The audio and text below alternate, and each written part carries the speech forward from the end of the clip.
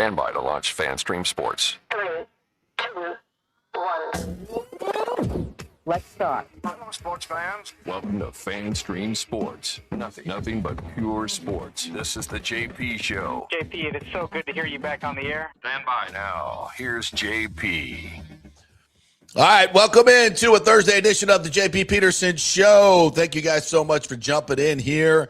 Whether you're watching us on Facebook, on YouTube, on fanstreamsports.com, our new awesome rebooted website, wherever you may be watching or listening, thank you guys so much for jumping in. The numbers have been so good over the past year and a half, and I just want to thank all our sponsors, thank all of you guys in here already in the chat that are really blowing up the FanStream Sports brand, if you will. Good morning to you, Timmy, IndyCarTim, and our Dallas affiliate. What's going on?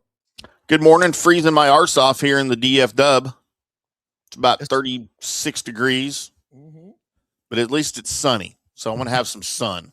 They have more snow on the way to Florida. Woo-hoo. Snow here on Saturday as well. Ain't going to make it down to us, but maybe in the north part. So, but it's only appropriate because we got Winter Olympics coming up. Winter Olympics. We've got an incredible national championship game coming up on Monday night, which is going to have so many incredible storylines to it.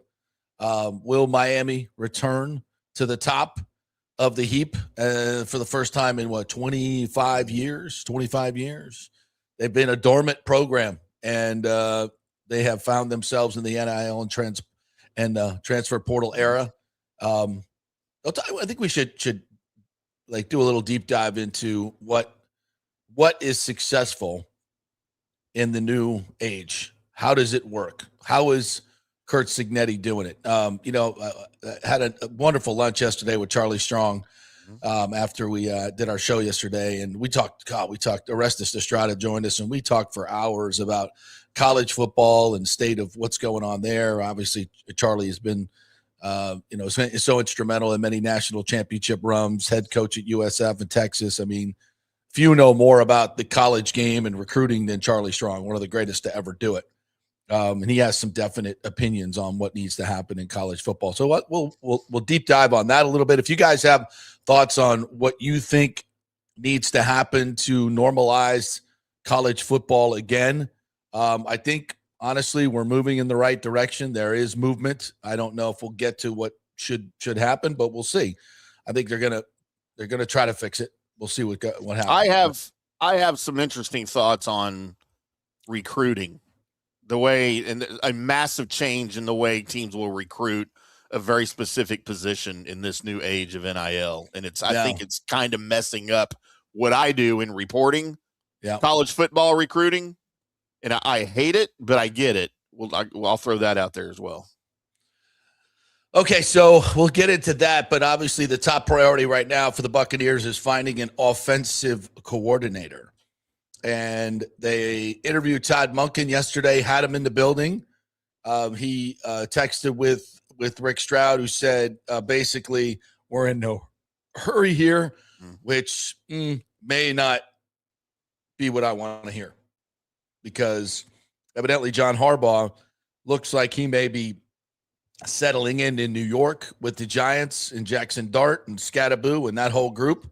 There's some good talent on that young roster. No question about it. Why anyone would want to work in New York is beyond me. But, it's not – well, obviously it is Todd Monken's choice, but to go to the Giants with John Harbaugh obviously would be a much more stable situation than coming to Tampa Bay. I think that's, I don't think that's a shocking statement in any way, even though obviously Tampa, New York, New Jersey, Tampa. But when you're talking about football and stability and where your best chance is to kind of increase your brand, if you're Todd Monken, it's probably New York. Go there and win anything, and you're a hero for life. And I also think when he visited Tampa, Timmy, coming down into, obviously a place where he's worked, and he's worked with Jason Light and a lot of these players. He was here for 3 years as receivers coach. I think it was 3 years. I mean, he knows all the people, knows everybody. But I'm guessing he walked into this place and it was different. It's dysfunctional. I mean, we have gone from Camp Kumbaya to a building that is dysfunctional. And I don't think you can sugarcoat that, be honest with you. I mean, dysfunction is dysfunction, and coaches recognize that immediately. Right. 100%. And that would not surprise me at all based on what we've seen from the outside. Right. Hearing now that someone on the inside might be reflecting that same sentiment. Yeah. And you can't sugarcoat it anyway when you blow up a coaching staff like this, but you keep a certain core of them, as Todd Bowles has done. There's bound to be fracture. And it's just my sense that I don't think Jason Light is on board with all this. I don't think Jason Light is happy with what's going on with Todd Bowles when he puts together a team and watches how it is being implemented and coached out there. Mm-hmm. If I were Jason Light, I would not be happy.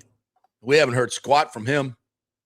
No. Silence is golden, JP. Yeah. Well, I don't know about this. Silence tells me there's dysfunction. You're right. Going on with the Buccaneers. And if I'm Todd Monken and I come down here and I'm talking to all the powers that be, there's no question that he sees it and he feels it. And he's talked to reporters here that he's known for a long time. I don't know Todd Monken, but Scott Reynolds, Rick Stroud, a bunch of them do. And I'm sure they're telling him exactly what we've all talked about and maybe more, frankly, because there's a lot of stuff that we can't bring to the table, quite frankly, that we know. And it's dysfunctional. There's no question about it. And you can see it from the outside and you can see it, and you hear about it. I mean, it's no trade secret. I mean, you have Rachaad White, who's been your number 1, number 2 running back for 4 years, basically saying, yeah, it's dysfunctional. Todd Bowles should not be the defensive coordinator. He needs to concentrate on being a walk-around head coach. Why would he say that? Because it's dysfunctional inside. Yaya Diaby talking about how lax the practices are, that we need to be better. I'm going to go talk to the coach and tell him we need to practice harder. What? I mean, have you ever heard a player say that? I have, yeah. And they're in, times of complete dysfunction for franchises.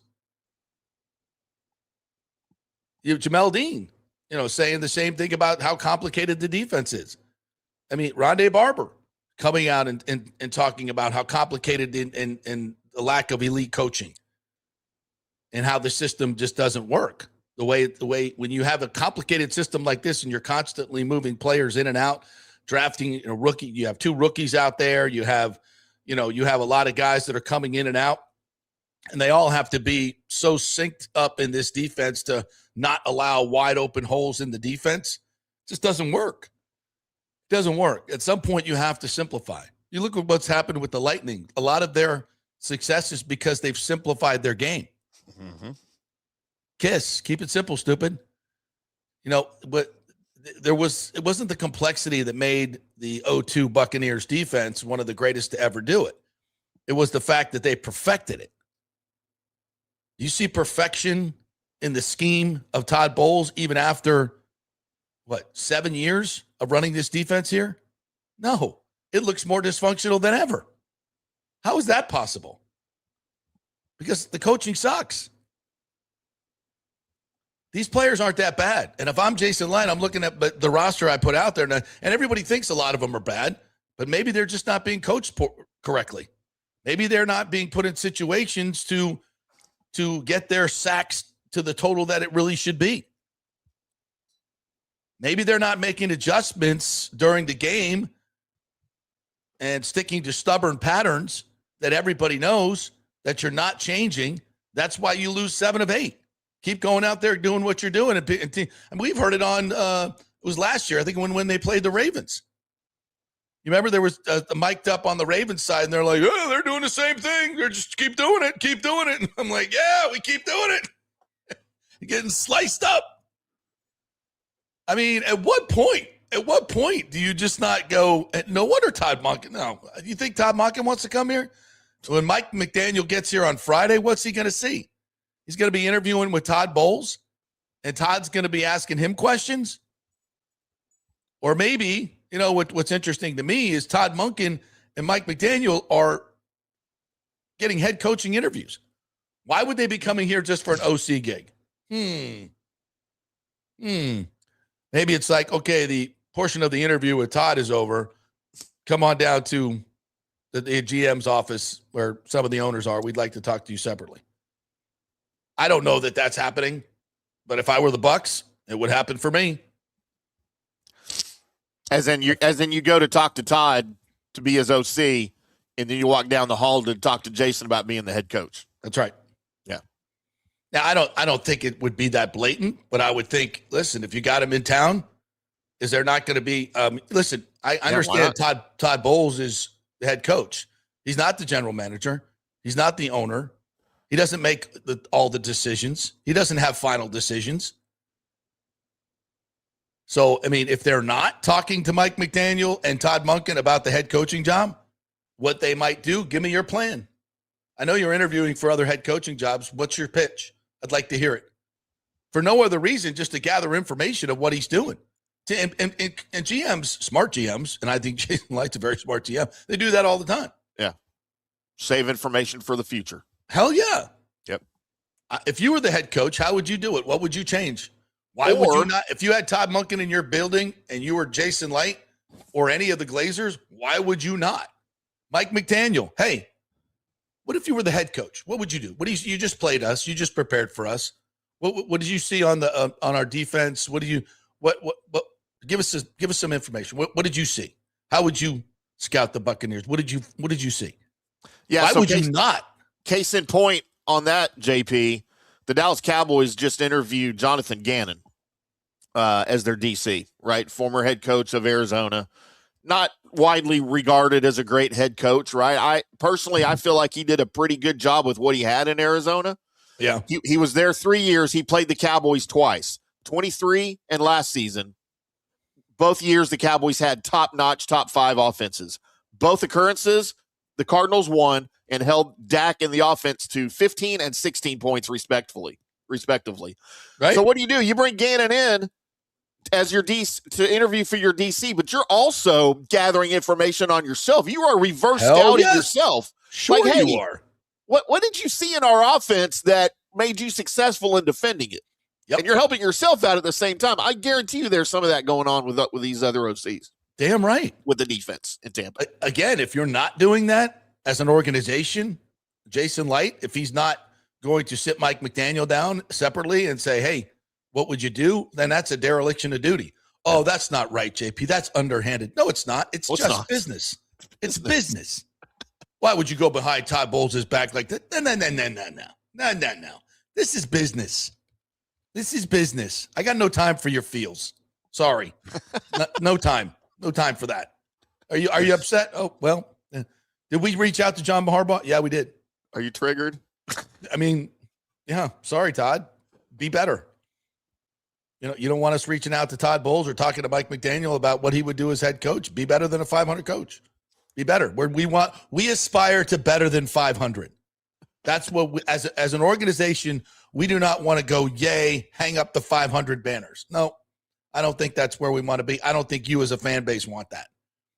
And I know for damn sure the Glazers are not interested in that. Yet they tolerate it. Yeah. Over and over. Why? There's a disconnect. There is a complete, nothing is meshing here. Listen, before the season, it was just the opposite. Everything felt like it was perfectly put together. Perfectly put together. What happened, JP? Did we overestimate? Yeah, I think we did. We overestimated the defense. And we said from the very beginning of the season, this is a Todd Bowles season. You got a good roster, a really good roster. Now let's see you go use it. And I say everybody, there's not that many great players on defense. Well, when they're playing half speed because they're thinking too much, they don't believe in the system, which I believe is evident by the comments of the players. And that's, if it's public, if it comes out publicly, can you imagine what's being said behind the scenes? That's tip of the iceberg stuff, guys. We've been doing this for 40 years, and I can tell you when something slips out, there's a whole lot underneath that's been brewing. That is fact. Yeah. And that's why it's such a big deal. When it finally does creep out, that means it's been bubbling and it's bad. And the Glazers have to know this. Have to. Again, they're not dumb. They're plugged in. They know what's going on. So the question is, why do you tolerate it? And why do you expect it to change? That's the thing. No, we said, look, how Todd manages this team, how he coaches the defense, how the offense responds to Josh Grizzard. These are going to be the key tenets and if they stay healthy, right? The ultimate arbiter of everything in football. And what happened? They were wrecked on the offensive line, completely wrecked. And Baker saved their ass for the first half of the season, and they escaped 6-2. And we got to the midpoint and said, "Woo, we are in good shape." And this is what makes the collapse so spectacular. Everybody saw the schedule. Yeah, they had a tough midpoint there. Go steal one, couldn't do it, but that's okay. You're at 6-2. Now you've got your division games coming up that against the division that is all in rebuilds for the most part, or in chaos, quarterback chaos, whatever. Yep. And the Miami Dolphins and the Cardinals.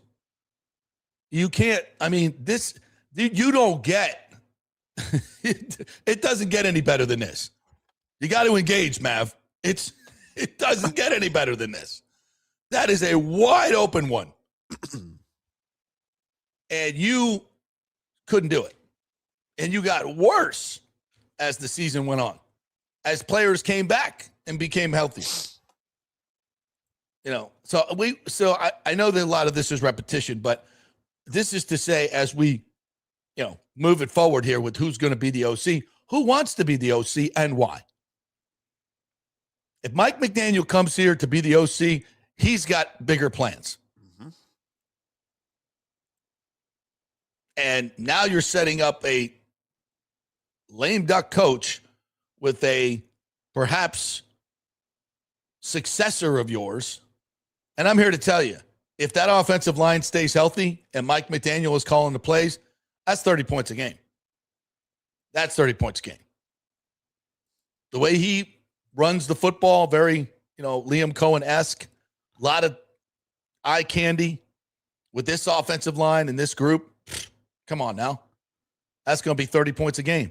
So we'll be sitting here with a number one, top 5 offense, a bottom 5 defense likely. And what's going to happen then?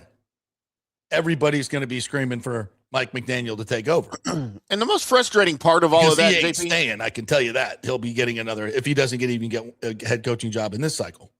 The most frustrating part of that, and look, I've dealt with it in Dallas, is your offense is good enough to carry this thing when they're healthy, right? Yeah. We've seen it. We saw it early in the year. And you don't need your defense to be a top 5 or top 10 defense in the league. You don't need that out of them. You just need them to not be a bottom 10. Yeah.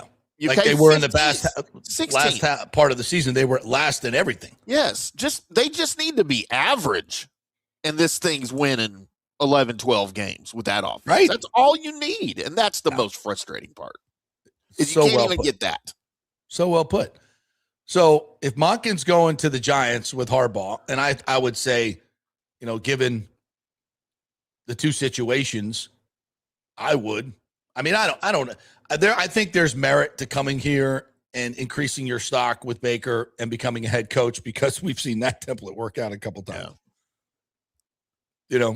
And by the way, Josh Grizzard's offense was statistically way better than Dave Canales' offense. And he got canned. And Dave got a head coaching job. But he got canned because the head coach was looking for scapegoats. Let's just be honest. Some heads had to roll. Now, they also interviewed so anyway, I'd like to know who you think would be your top pick for offense coordinator. And I'm here to tell you, I don't think Monken will take it because of what's going on here, the dysfunction. But we'll see. He may see it as a conduit to a head coaching job. He may not, like what the situation is in New York. But they're probably going to sell that pretty hard. big money. And he's got Big market. consistency with big market with Harbaugh. He knows what he's walking into. I mean, he could come into Tampa and, Bowles could be in his office week 7 and say, we got to run the ball 30 times against the Panthers. And you're like, what? Then you're being judged on something that's not even yours. Yeah. Like Josh Grizzard has to go out there and defend, some of those game plans and knowing full well that's not what he wanted to do. Joel Forsman says the problem with 30 points per game plus Todd's defense probably equals 9 and 8 again. Yeah. I don't know. 30 points a game is hard to lose. It's hard to lose. But again, the way Todd manages games defensively, even when you get up 2 scores, he's putting the defense in conservative mode, which allows the other team to come back, and then you got to keep scoring. That's why we never blow anybody out. Yeah. Rick says Todd wants to run the triple option. Might work in this league the way How things are Baker going. would feel about that. Yeah. And Nathan Elliott says Monken is heading to New York. Put a fork in that turkey. He is done and will be served up to the New York fans and media. Oh, you don't think he'll do well? Oh, he can handle that. That does not scare him or Harbaugh at all. No. And you know what? They've already won over the fans. That potential coaching staff, the combination of Harbaugh and Monken, the New York fans are already in, 100% in. Mm-hmm. They can't screw that up. And remember, folks, the Bucs could have gone after Harbaugh. Well, they did. They kicked the tires. And the notion that he would not work with Jason Light, I've been told, is not true. So basically, it's, people don't want to come here for whatever reason. Rashad White also said he thought it was silly that they fired all these coaches when it would have made more sense to just start fresh, meaning fire Bowles. Players are talking about this like we are. Yeah, that's exactly what he said. Yeah, like imagine that. It's like, why are you firing? A few of the. Yeah, it's common sense. Yeah, and if the players are saying this publicly, this is why you lose 7 of 8. And this is why you turn on the tape and defensively you see guys that just aren't playing hard. When I asked Bowles about that late in the season, I said, do you really, after the Dolphins game? I mean, you turn on that tape, it's laughable.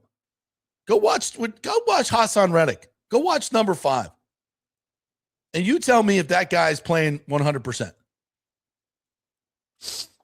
There's a lot of guys that are just I saw Levante David getting frustrated out there, and of course he was playing with a bad knee. We find out a really bad knee that he had to get drained every week. He wasn't loafing; he was hurt and frustrated a lot. And in bringing this back makes no sense. What is it? I'd just like to know. Can Mike McDaniel and Baker Mayfield work, says Nathan Elliott? Will they mesh? I wonder. Mayfield plays best in a Rams style of offense. This is what I know about Todd Monken. He's 60 years old and has coached Lamar Jackson, Jameis Winston. He's worked with every different type of quarterback in every different type of offense. And, yeah, I think Baker would thrive in that offense. He would find a way to make it work with those guys. This is when you have experienced guys as a quarterback and a OC, that's good stuff. A lot of you yesterday were kind of pissing me off because you want young, you want new, we need innovative ideas. You don't think that Todd Monken is watching and listening to every nuance that comes out in NFL football? And by the way, all this new stuff isn't really new. It's just recycled from years past. But he obviously knows exactly what's going on. And by the way, you don't want to be a slave to the new. You want to be a slave to what works. That's what you want to be, because what's new may not be what works best for your quarterback and your personnel. The smart coaches understand it's about production, not who gets the credit, not what it looks like. It's about production. Aviation said they saw what happened with Liam and won't make that same mistake again. I agree. If you think Mike McDaniel is coming here on Friday just to interview for the OC job, I got another bridge to sell you. And Todd Bowles may very well believe that. He may be the only one that thinks that. I don't think if there's one thing Todd is, it's smart. He's a really smart cat. He's stubborn as hell, but he's smart. He's no dummy. I mean, you can correct me, Timmy, but I'm in a situation like this where you have a guy that's been a head coach and taken his team to the playoffs a couple times. You know, mastermind the number one offense in the league, over 400 yards with Tua. With Tua, by the way, we should stress. With Tua did that. And a rushing game that was with Achane, Mostert, fantastic, right? Explosive. When have you seen guys like that interviewing for head coaching jobs and then, but I'm going to go interview for the OC job over here? Does that seem weird? Usually it's a combined interview. Yeah, but I don't know if I've ever seen, lower level coaches. Oh, like Shieldhouse, okay, who's never been a head coach, right? Oh, he might get a look for a head coach. People, let's kick the tires on this guy. But they're not going to hire him as a head coach. Maybe they will. Hell, Liam got the job, right? Or to me, guys who have worn out their welcome as a head coach may approach it that way. Like, I don't know, Raheem Morris.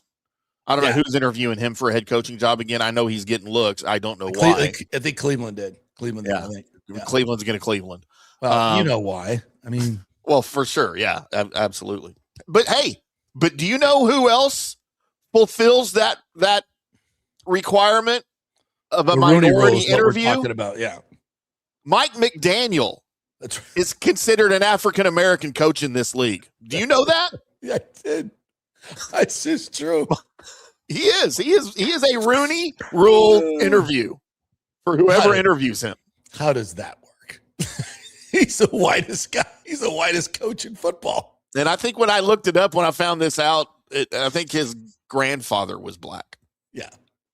It's just silly. The whole thing's just silly. It's very silly, but yeah. Just silly. Here's another one from Steven Soper. Rondé Barber said all our corners are making the same mistakes, not just one guy, and that is coaching. Yeah. Rondé is not a big fan of this, and he works for the Bucs, and he works, the Glazers, one of the Glazers' most trusted confidants.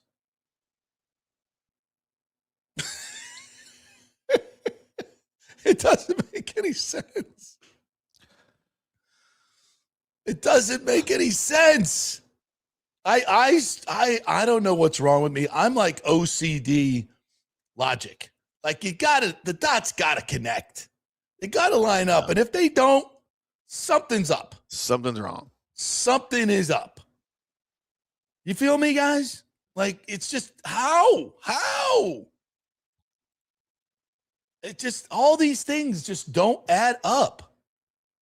Like, and I'll tell you where in a very public example of this, where I saw this, that was with the St. Pete deal with the Rays. When you finally got into all the details, you were like, this is not happening.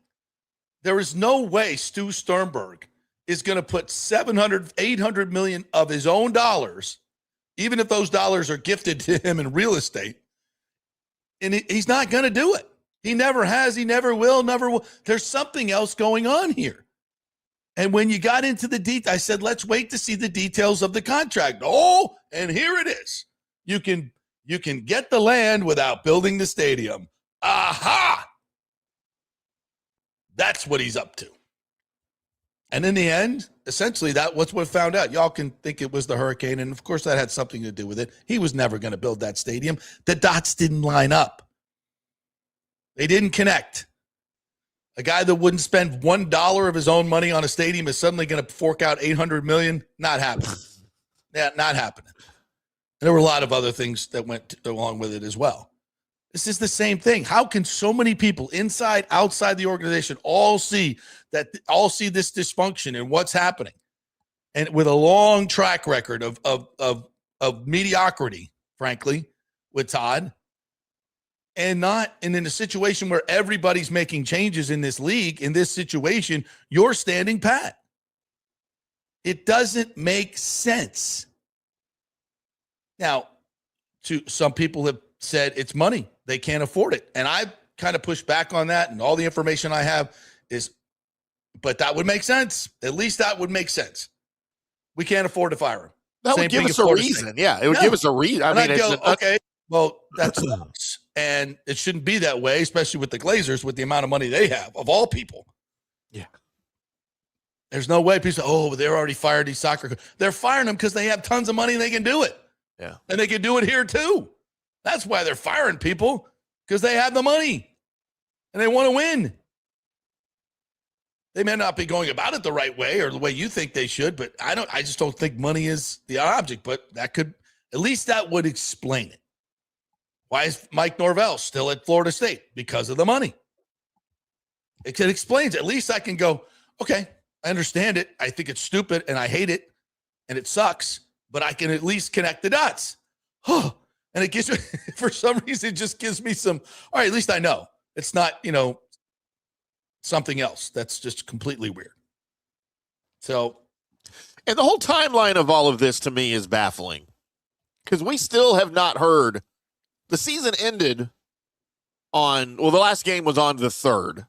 The season ended the next day. Grizzard was fired on the 8th. Defensive coaches were fired the same day and days after that. And we're way farther we're a week beyond all of that. And we still have not heard from the general manager or the owners. Not that the owners normally do anything. So they can kind of, say we're not doing it. We never do. But to me, in a situation like this where your entire fan base is up in arms, you need to at least give I know it's lame, but at least put out the old statement of support and vote of confidence, JP. And of course that's been discussed in the halls there. Of course hey, should we put out a statement about Todd? No. Why not? Why not? I want to know because let's just send a text to Rick. That'll fix it. We'll just send a text to Rick. Todd, you can text Rick and say, I'm coming back. Says who? Like that would be the first thing if I was Rick, I would have said, like, who told you that? Well, I'm sure he said the Glazers said he was coming back, and he can go ahead and fire all these scapegoats, coaches. That's the weird part. But anytime there's a mass firing on a coaching staff, and this is a mass firing, it's just in the wrong spots. Right. The GM is typically vocal about that and give some explanation and here we are now 2 weeks from the end of the season and your coach or your GM still hasn't done. I don't know if Light does this. I see this with other teams. Of course, Jerry does it every day because he's in front of the camera every day, but kind of like a state of the team after the year, right? Like where are we headed this season, this postseason or this off season and what our goals are and what went wrong last year and how we're going to fix it. Like that. Everybody does that. Meets McGee with a $5 super chat. Thank you, Meets McGee. Says that's how we won the first Super Bowl with Gruden. We had to run a simplified offense. Hell, Bowles ran a simplified defense for the Super Bowl wins. Yeah, they did because he saw it worked, and he kind of went away from what he normally does, and it worked. Put all the, the bells and whistles aside and said, my guys are better than your guys. Go get them. And I think that's where there's a lot of frustration. Guys just want to play. Like, trust me, we don't need to gimmick up all this shit where you're dropping defensive ends and nose tackles and all this other crap. And I know other teams do it, but not to the level that the Bucs do it. You're too predictable, and it just and it's weird. It's just there's a fine line between genius and weird, right? There's a very fine line. And it's genius if it works, and it's weird if it doesn't. So there you go. It's genius, when you shut down. And let's remember this, folks. You know, it wasn't just Todd Bowles' brilliant plan that shut down the Kansas City Chiefs. They didn't have any offensive linemen left. Let's not forget that. Let's not do revisionist history here. The Bucs were licking their chops. They had 2 offensive tackles that were terrible, and they got after them because they had great players. I'm not saying that, you know, Todd didn't come up with a great plan and execute it. He did. But that was a very talented defense. Well, then you could say, well, then it's Jason Light's fault. Yeah. That was a defense that was really good and at the top of its game. We're not asking for this defense to go out there and shut down Patrick Mahomes and the Chiefs to no touchdowns. We don't expect that because in no way. But to Tim's point, at least be 16 in the league. And I know there's some numbers that have them in the low 20s, but to me, it's what happened in the last half of the season when you were 30th, last in red zone defense, last in pass defense, 31st in it. They were 30th or 29th or 30th, 31, 32 in almost every major category in the last half of the season after the bye, with only one significant injury, Kalijah Kancey. You got to be better than that. Yeah. So, and how did the Glazers win that Super Bowl? They got rid of a very popular coach who had taken them to the playoffs and won a hell of a lot more than Todd Bowles did. Listen, I can tell you there weren't guys talking about Tony's defense to the press and how it was run. Now, the offense, maybe. I think Sapp would take some shots. Sure. But that was he couldn't fix the offense. And the Glazers finally said, okay, listen, we love you, Tony, more than anything. I mean, they love Tony. They loved Tony. But Malcolm said, this is business. This is business. It's not about feels. It's not about how much I love you. It's just you haven't been able to show us that you can get the offense right, so we got to make a change. Funny how that works. Yeah. And he wasn't even in charge of the offense. I mean, you know, in terms of the coordinator, he was the defensive coordinator. He was doing great with that. And then Todd, like, your side of the ball is the one that's the problem. And we still, yeah, no sense. All right, let's take a break. Come back. We're going to get into your comments. We're going to get into some college football stuff here as well. By the way, Jim Williams, 7-time Emmy Award-winning producer for ESPN for many years now. He writes a really interesting media column now, and he penned an incredible article on the Rays TV network and what they can do and what they should do. So he's going to join us at 11:30. And why this is important, folks, first of all, you want to be able to see your Rays. And second of all, it's a huge moneymaker. It's a huge moneymaker. And if they do it right, it's going to be a really, really big asset to this team because of the media markets that they control. So he's going to join us at 11:30 for that. Your comments, college football, all that coming up. We're brought to you by the great folks at Genesis of Tampa. They're giving away a gas card for a year. If you just come in and take a test drive, they'll 10x your entries for the gas card up to $2,500 in gas. So that's pretty cool. Plus, you get to ride around in these really, really nice, luxurious vehicles, smell the rich Corinthian leather.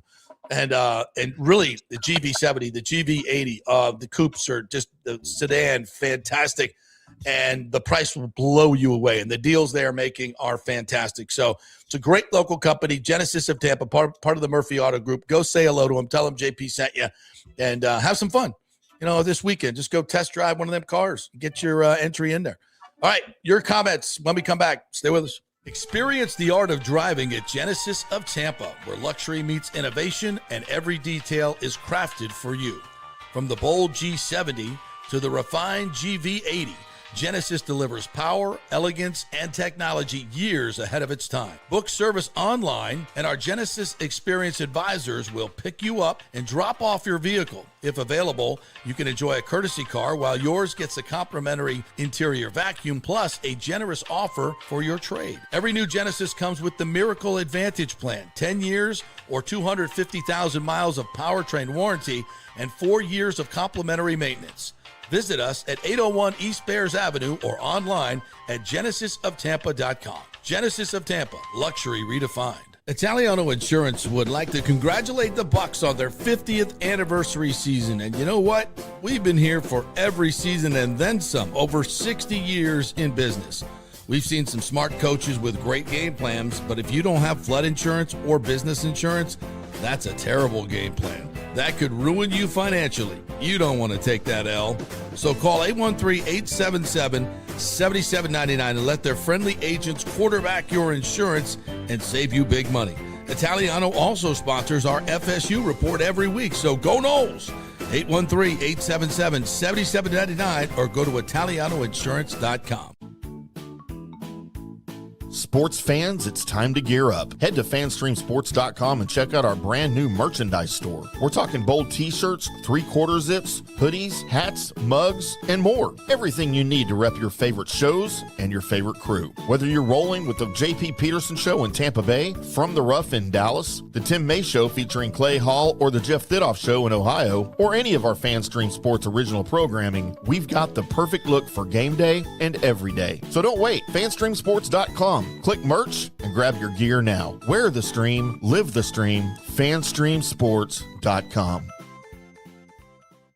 JP here for Riveters, the official sports bar and grill of the JP Peterson Show. We're located just south of Ray J and Steinbrenner Field, so it's a great pre- and post-game spot, and the happy hour is amazing. Monday through Friday, 3 to 7. Check out these specials. $3 Bud Light drafts, $4 domestic bottles, $5 wells, $6 premium wells, $6 cocktails like margaritas. That's unheard of. And the Riveters food is freshly made daily. No freezers. Happy hour food specials include $3.50 tacos and barbecue sliders. $6 you get edamame or chips with the beer cheese, which is amazing. $8 buffalo chicken dip, my favorite. The truffle fries, chili cheese fries, also $8 at happy hour. As well as other specials throughout the week, including Taco Tuesdays, you get $3 tacos, and Wing Wednesdays, 7 o'clock to 1 a.m. in the morning, you get our amazing wings, 5 for $5 and $5 wells and wines. That's a good Wednesday night. So if you're tired of the preppy, overpriced, generic sports bars, come see the amazing, friendly bartenders and staff at Riveters, where customer service really matters. Riveters, just south of where the Rays and Bucs play. We'll see you there. Hey, kick off the new year by impressing her with a real diamond, a natural diamond, from Golden Diamond Source. Don't start with a fake diamond, guys. That's a really, really bad idea. And if you're ready to pop the question, find the perfect engagement ring at the Golden Diamond Source, just like I did, just like Nick did. It is the best selection, the best staff, the best everything. And discover the new Emily collection by Emily Johnson Weintraub, a sleek and modern jewelry line that makes everyday gifts absolutely extraordinary. And by the way, gold prices have never been higher, so turn that old unused gold into cash or a stunning new piece. Just take it on down to the Golden Diamond Source and trade it in. Lots to get done at the Golden Diamond Source this new year. Start with an engagement ring from the greatest, the Golden Diamond Source. 3800 Alberton Road, always online at the Golden Diamond Source. It's some love you give only at Golden Diamond Source. Let's go. Right now, back to the show on FanStream Sports. All right, we got a lot of interesting comments in the comments section. That's why we love doing this, guys, and we build our show a lot around you guys because, we don't take phone calls, but we like your input through the comments, and we got a really smart group. And There's no us without you, Petermans. You can't spell us without you. True story. That's true. Oh, I love those little quips. Fantastic. By the way, we got something to share with you guys today. Old school Bobby Bound. In fact, we're going to get to it right here in a second. We're brought to you by the great folks at Italiano Insurance. Hey, if you started a business during COVID or any time, or you have a business, a lot of you don't have business insurance. You got to get that because otherwise, if you're sued, they can attack your personal wealth. You don't want that. ItalianoInsurance.com will help you out with that. Plus your flood insurance. And a lot of these carriers now are being forced to lower their rates in Florida and auto insurance, homeowners insurance, a lot of it. So if you're just paying the same rate that you've always paid and they tick it up like a few dollars every year, let's do the whole insurance checkup thing right now. Let them do the dozens of companies that they represent, and they represent companies that will pay out, by the way. They don't represent companies that have been giving folks a hard time. paying out. So Italiano Insurance can do a lot for you. They can get you with the right company, save you money, and give you peace of mind. That's what it's all about with insurance, right? So 813-877-7799, and humans answer the phone. Yay. Italiano Insurance. Love them. Thanks, guys. Yeah, unlike us, they answer the phone. That's right. That's right. We say, shut up, send us a text, but they will actually answer the phone. Pointing out our hypocrisy is one of your lovely gifts, Timmy. JP, you're going to go throwback here with your letter that we have it on the screen here when you're ready. But I found a throwback of something we keep mentioning that I went and found during the break that I've got loaded up here whenever you want to do it. It's from about the same time frame, too. All right. Let's do a couple comments first, since I'm lauding you folks. Michael LaRue says the Glazers just sold 25% of Man United, so they've got cash on hand. That works out to, I think, $1.7 billion, by the way. If the Bucs don't roll over the $9 million in cap space from this year into next year, like the CBA allows, that will tell you this is really about money. This is an excellent point, Michael. And I was thinking the same thing because, again, teams can, it's the NFL is kind of a soft cap. You can manipulate it the way you want. If you want to roll over and you can go over and then you got it. I think it's a 5-year average that you have to be around the cap. There's lots of ways to manipulate it. So if you want to spend a lot of money like the Bucs did during the Brady years, then you can do that. They didn't do that last year, and we'll see if they do it this year. And that will tell you something. 100%. This is why we do your comments, because you people are freaking smart. Some of you people. Then there are others. Oh, boy. Alejandro Noriega says, our defense hasn't recovered since losing key guys on that 2020 defense. We lost Ndamukong Suh, Shaq Barrett, JPP, and other key contributors. So losing key guys like this is what our defense hasn't recovered. This is a great point. And we talked a little bit about this earlier. Personnel versus coaching, right? And when you're at your best, which the Bucs were in that Super Bowl, you're getting good coaching who's using the personnel correctly. Now, if you look at the personnel on that team and compare it with this one, absolutely. We don't have a JPP. We don't have an Ndamukong Suh. Kalijah Kancey's really good. He's a totally different player, but we didn't even have him, right? Shaq Barrett, we don't have a Shaq Barrett. Hassan Reddick was supposed to be that. He's a huge flop. Huge flop. But one of the reasons Hassan was a huge flop was because he wasn't playing to his potential. You couldn't get that guy to play to his potential. He was dogging it. And if you're going to dog it, you got to get him off the field. You got to embarrass him to where, listen, you think you're getting another contract? No, because we're going to sit your ass down and tell the world that you won't play. But did that conversation take place? I don't know, because the production never came. The effort never came. That's coaching. You're either coaching it or you're allowing it. Yeah. So again, yes, this does not, do we need an upgrade in personnel on that front seven? Hell yeah. But it can't be, what you had this year can't be dead last. We're in the bottom fifth of the league. When it really counted. Yeah. Just be average. Yeah. Lonnie Wilkins says, JP, how was Joe Madden? Great. Oh, last night, Tampa Sports Club. We have Carrollwood last night, Carrollwood Country Club. Thanks to those folks for hosting us. But Joe Madden and Andy Freed did about an hour and a half talk, and it felt like 5 minutes. Man, listening to Joe Madden talk baseball is just, and he told us he's coming in studio when he gets back from Chicago. They're having a reunion of their World Series team this week. So he's going to come sit down with us for a couple hours in studio. Man, I mean, you're not taking priority over his World Series team reunion? That seems like I'm just like, I get goosebumps. Like, he's coming in here and back 2 hours. Thank God. Yeah. It's just, he's such a smart guy. You ever just want to listen to people talk because they're just so effing smart? Kind of like this show. Yeah, I don't know. Some days. But we hope you feel that way. But it's just, God, there's a nonstop. It's nonstop. He goes from one story to another, and just he has just this incredible way of communicating and making it super interesting and understandable. Where you just one thing. Sometimes you hear smart people talking like halfway through. Halfway, about 3 minutes into it, it's like I know this is really smart, and I was following it for a while. It's like when they have the ball thing with the little cups. You're trying to follow it around. You never get lost with Joe. No. You never get lost with Joe because he's just so good at communicating that. And we were recounting, why he turned around that dreadful team and got them to the World Series in 2 years' time. And some of the things that went into that, just 9 versus, 8 equals 9 or 9 equals 8. I think it was 9 equals 8. And what that meant and how it affected the team, how he would have American Legion week, because when you played Legion ball in the summer, everybody had jobs and stuff, and then you'd show up at, 5, 6 o'clock for the game. You wouldn't have time for batting practice or anything. You just play ball. So he would want guys, to come. He would lock the clubhouse out and say, you can't come till 5 o'clock. Go to lunch with your family, go to the beach, get away from it, but I want you to show up and play ball. And he said, I don't have the numbers on that, but I would say 70% of the time we won those games. Yeah.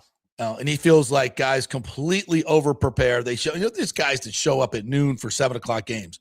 He's like, by the time you get to 7 o'clock, you're exhausted mentally and physically. You're just like, what are you doing for 7 hours before the game for baseball to get ready? I mean, it's great. It's, you want players to be diligent and you want them to take their craft very seriously, but you also want them rested and ready to play. Fresh. Yeah. So there's always, but he feels like guys are just way over prepping these days because it looks good. First one in, last one to leave. You always want to be that guy. Do you? And what, sometimes I think a lot of people do that because they're hiding other things, deficiencies. And there's something to be said about, Kurt Signetti. Those guys are out of the building by 6 o'clock. They're not there till midnight.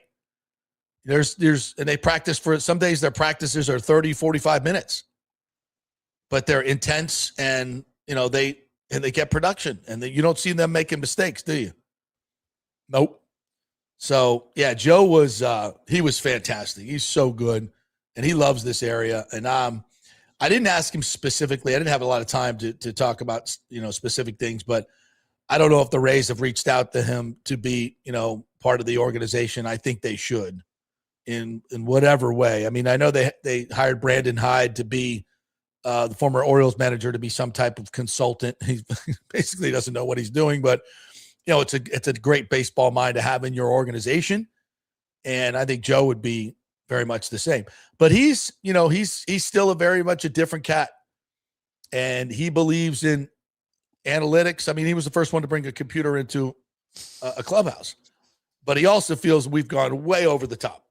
As far as he goes, that's why, guys can manage these days and they can pluck them off, wherever they're getting, like the guy that was working for the Rays here. I forget his name, who's the Nationals manager now. It's just like they haven't put in their time. And he's not specifically talking about that person, but you got to put in 10,000 hours of managing. He's like, look, if you're going to manage you need to manage 2 years of rookie ball. And go, see what that's all about and learn all these things. But now that you have universal DH, you don't have all those double switches that you used to have where managers really had to think through it. He said he would manage the game before the game, during the game, and after the game. And try to think of every permutation that he might face before the game, looking at the lineups and the matchups, and then have that decision already made. Like he brought up the Josh Hamilton when he walked Josh Hamilton with the bases loaded in a 3-1 game. And, he said, I didn't flinch because I had already thought it through. Says, I'm no way I'm going to let that guy beat me. And that was when Josh was on a heater. He was hitting a home run every day. He's like, I'm not going to let that guy beat me. And of course they walk him, bring in Wheeler, and he gets a pop up to end the game and the Rays win. But he said, listen, was I afraid to make that because I was afraid of what people might say? No. I thought it through. I looked at this situation. I said, that's what I'm going to do. So when it presented itself, there wasn't, a large thought process involved. I'd already thought it through. And I was confident in making my decision. And I went out there, did it, and, that was it.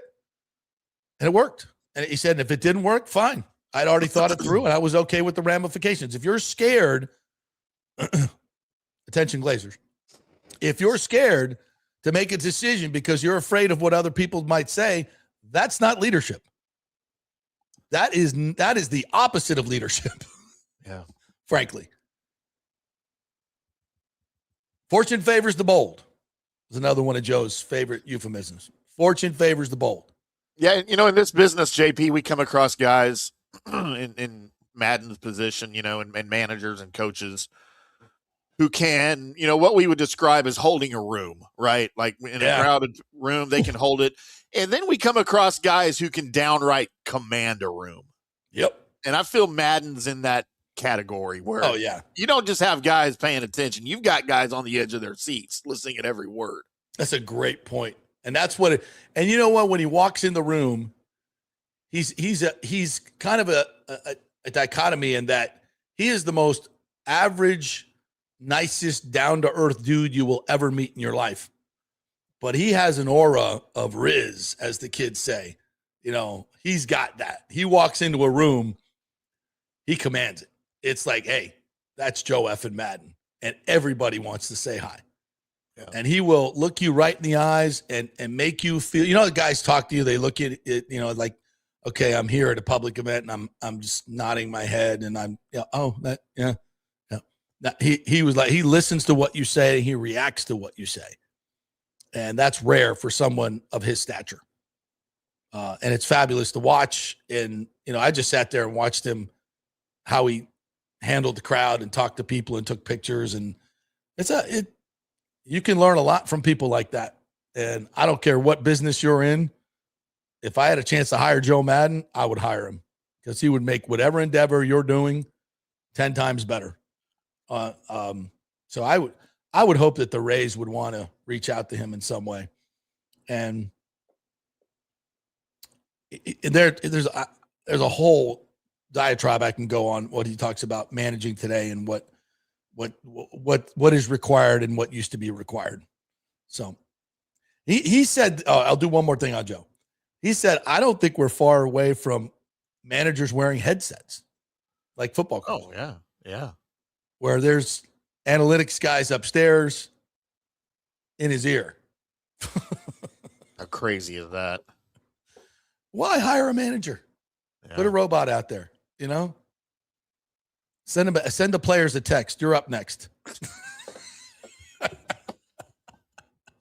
Have your phone. We'll all have PitchCom. You're up next. Text the bullpen. Hey, get this guy up. Right? Who needs a manager? Yee 1337. Don't know what your name is. Please tell us no. I don't want to call you that. Maybe it's Yee. Yee. Okay, Yee. Rashad rubbed me the wrong way talking about the fans. Like, bro, you guys have been mediocre for 4 years. Tampa is a travel destination and tickets are ridiculously priced to see Todd Bowles lose. You have a point. No question. No question about that. But I'm kind of with Rashad on this. If your players are looking up and seeing all the fans of the other team and they're louder than you are in your home stadium, that sucks. It's a bit frustrating. That sucks. And when I told you the last couple of years that the players are noticing it and they don't like it, I wasn't wrong. And if they're thinking about it on the sideline, that's bad. It's taken away from the game. That should be the opposite. Home field advantage. They should be jacked up by what's going on in your own stadium. Look around the other stadiums. That ain't what's going on here. And again, I ain't telling anybody how to spend their money. I can't look you in the eyes. And the Glazers have responsibility here, 100%. They have 100%. And this is why when you do this, there are consequences. And do I want to yell at the fans for this? A little bit. I think you guys need to be better. But I can't tell you, especially in this economy, how we can, that was ruined years ago, how we can spend $2,000-$3,000 to sit in the rain and watch that product and lose to the Saints. I can't tell you, you got to be doing that every week. I can't do it. This is where the Glazers bear responsibility. If you're going to keep Todd Bowles, then you're doing this to your team. Your team is pissed because there's other fans in the stadium and lots of them. And you're responsible for this. If you don't react to where, I'm not saying you have to do everything the fan base wants you to do. This is an overwhelming situation here. And not only that, you're not coming out and addressing it transparently with the fans. I don't think that's right.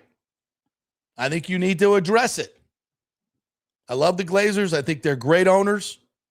But if I could advise them in any way, I'd say you need to be more transparent about this. If there's a reason why you want Todd Bowles around, you better come out and tell your fan base what it is. Because we don't get it. It doesn't make sense to the people in the media, and it's not floating with your fan base and your sponsors and your suite holders. I've talked to tons of them, and they've probably talked to you. I know they have. And they're not pleased. And I understand in sports that these things happen, but there are ways to address them. And I think one of the ways is to be more transparent about that. If you love Todd Bowles this much and you feel like he's the man, let's have a press conference and tell us why. It's football, man. It's entertainment. This is not nuclear war here. Come out, face the media. Let's have a conversation. Because if there's other reasons that we don't know about, let us know. And then, that will help things with the fan base. It'll help things with the players. It'll help the whole situation. Now it's just a whole lot of what the hell are we doing? And that's not a good place to be. Bantry says the Senior Bowl is coming up in 2 weeks. This will be the fourth year Light and Bowles miss it as they search for a new OC. Might be nice to see and meet potential draft choices, just saying. Is that true? I don't know that to be totally true, Bantry, but I trust you. They're missing it? They've obviously they've been doing these OC searches, but I'm not sure if they were not going to the Senior Bowl because of that. You may be, it sounds right. But I don't want to say that factually. I don't know it to be factual, but I trust you. And they have been, the point being, they've been distracted by this. Yeah, listen, when you have a defensive coach, this is your life that you live. Constant. Baker will now have 9 OCs in 9 seasons. Night Train 73. First time I've seen you in here. Welcome. How many scouts have we lost since 2020? Maybe Light got too much credit for that roster. Just spitballing here. I don't know the answer to that. I think that the group has been really stable until recently when Spy Tech and forgetting the other name that has recently left. So, yeah. Joel Forsman says, we need better coaches. Quit blaming the roster. All I know is whoever lines up in a San Francisco 49ers uniform gets it done. Kyle Shanahan is killing these other coaches when they start talking about injuries. Oh.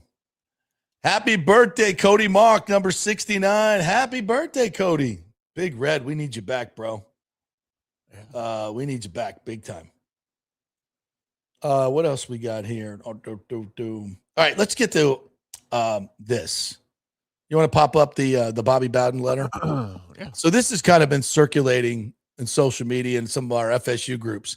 This is a letter, a typed letter sent out by Bobby Bowden in 1977 to all of his incoming players. This is back pre-internet, boys, right?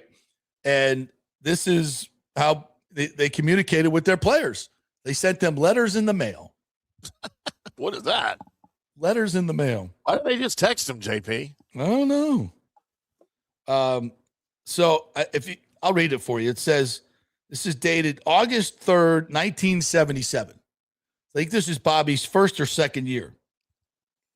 And he says, Dear Seminole, report in top physical condition when you come in on August 19th. We do not have time to wait for anyone to get in shape. We depart for Southern Mississippi 3 weeks after you report, and I'm looking for the 50 toughest men to go with me. My favorite line in the whole thing. Fat people will be left behind in their tracks. That's right. Let me say that again. Fat people will be left behind in their journey. I'm out. Oh, my God. Kicking, conditioning, and execution will win the opener. The only thing you must do is be in better condition than your opponent, no matter how good he is, in all caps.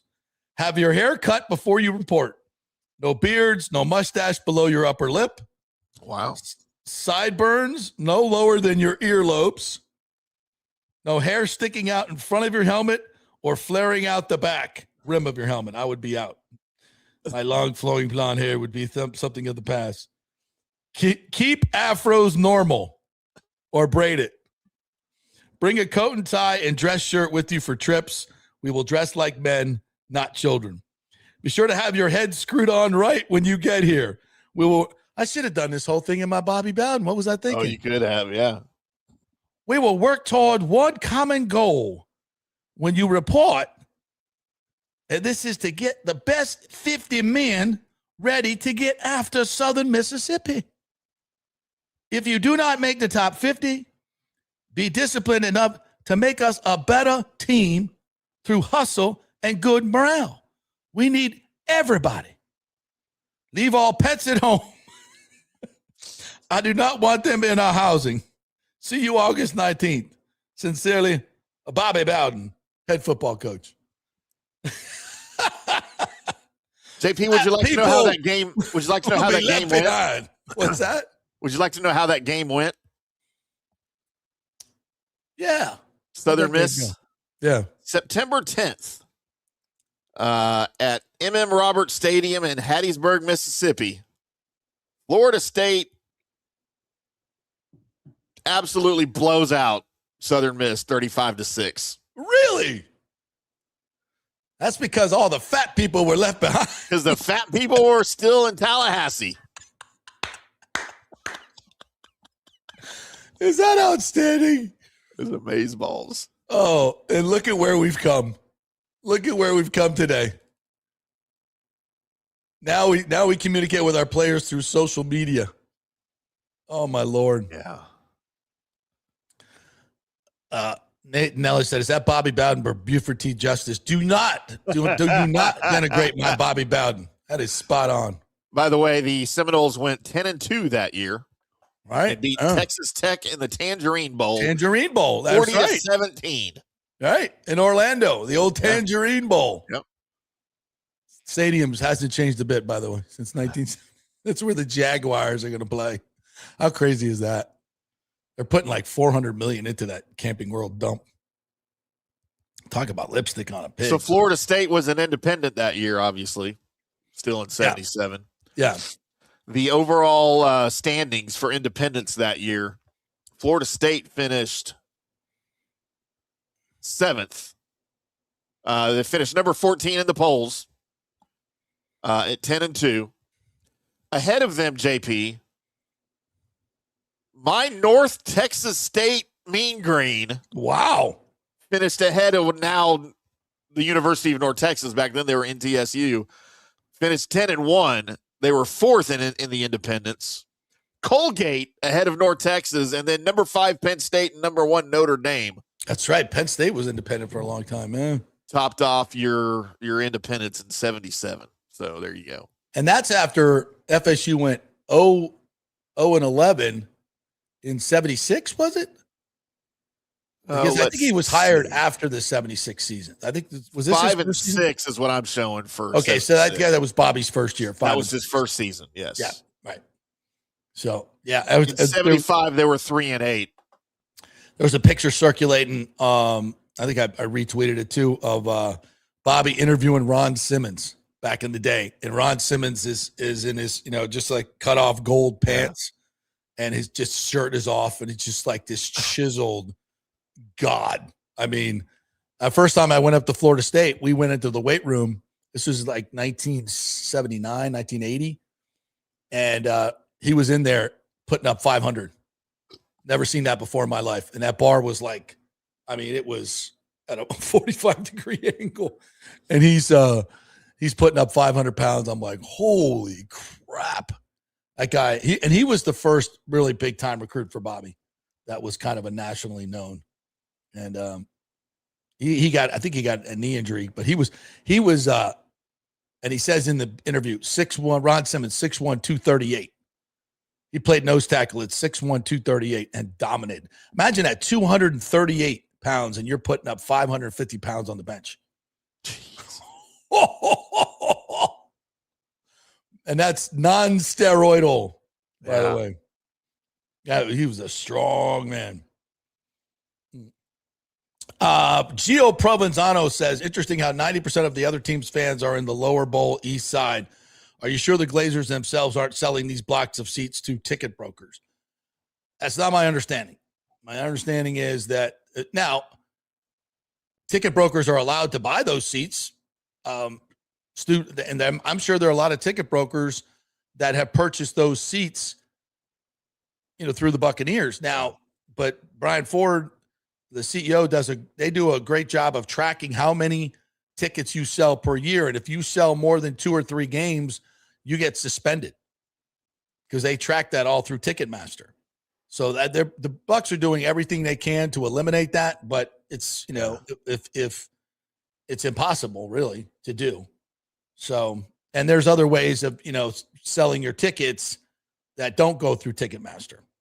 I think that there are still ways of transferring your tickets to people and doing deals that aren't on the Ticketmaster marketplace.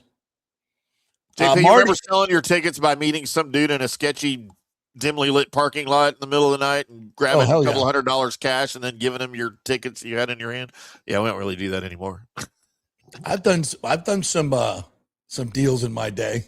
Oh yeah, like some $50,000 cash. Yeah. Just kidding, IRS. This is for entertainment purposes only. Yeah. I don't like having that much cash. What's the most cash you've ever had in your possession? The most cash I've ever had in my possession was $60,123. Cash. I used to work valet lots in Fort Lauderdale, and my boss would keep the cash in a dresser at his house. Oh, jeez. With about 3 really big Rottweilers around, and maybe a few guns. Yeah. But so as managers, we would come back to the house and we would bring the cash and we would put it into the safe. Yeah. The dresser. And there was it was 2 big dresser, 2 sides, deep like this. And I guess my boss was out of town for a couple of weeks, so he hadn't gone to do the deposit. So he's like, yeah, you're managing the lots for the weekend, and you can stay at the house and have them there. So by the end of that week, there was probably almost $200,000 in cash that I was responsible for. I was like, I don't think I'm going to sleep tonight. Wow. I don't think I'm going to sleep. That's not something I want. No. And you know what? And I couldn't take my eyes off it. I was just like, look at that.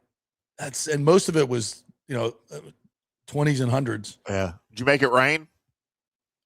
I might have done that. Or did you wait till you got to the titty bar to make it rain? I might have done that.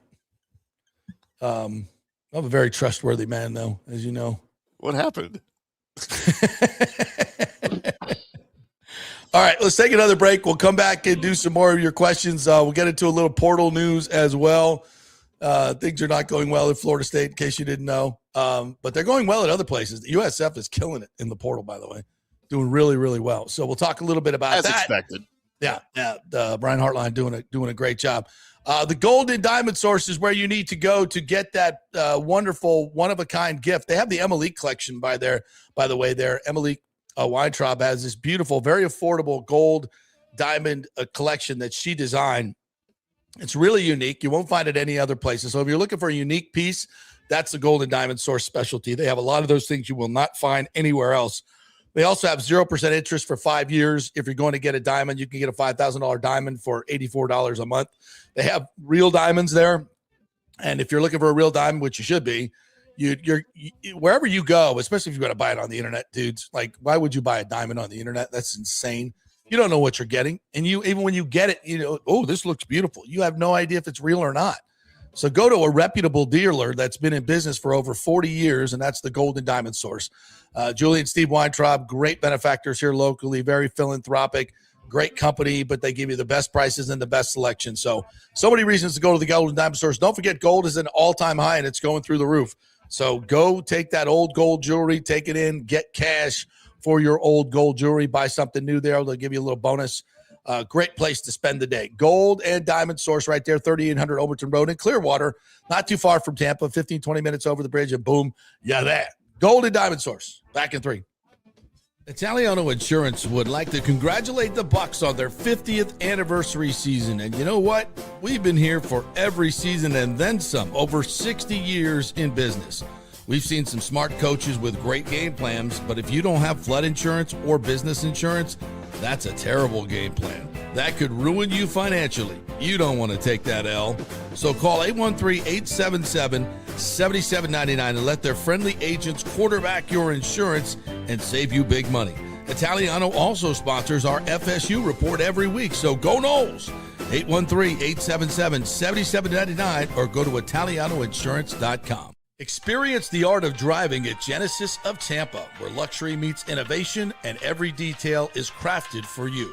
From the bold G70 to the refined GV80, Genesis delivers power, elegance, and technology years ahead of its time. Book service online, and our Genesis Experience advisors will pick you up and drop off your vehicle. If available, you can enjoy a courtesy car while yours gets a complimentary interior vacuum plus a generous offer for your trade. Every new Genesis comes with the Miracle Advantage Plan, 10 years or 250,000 miles of powertrain warranty and 4 years of complimentary maintenance.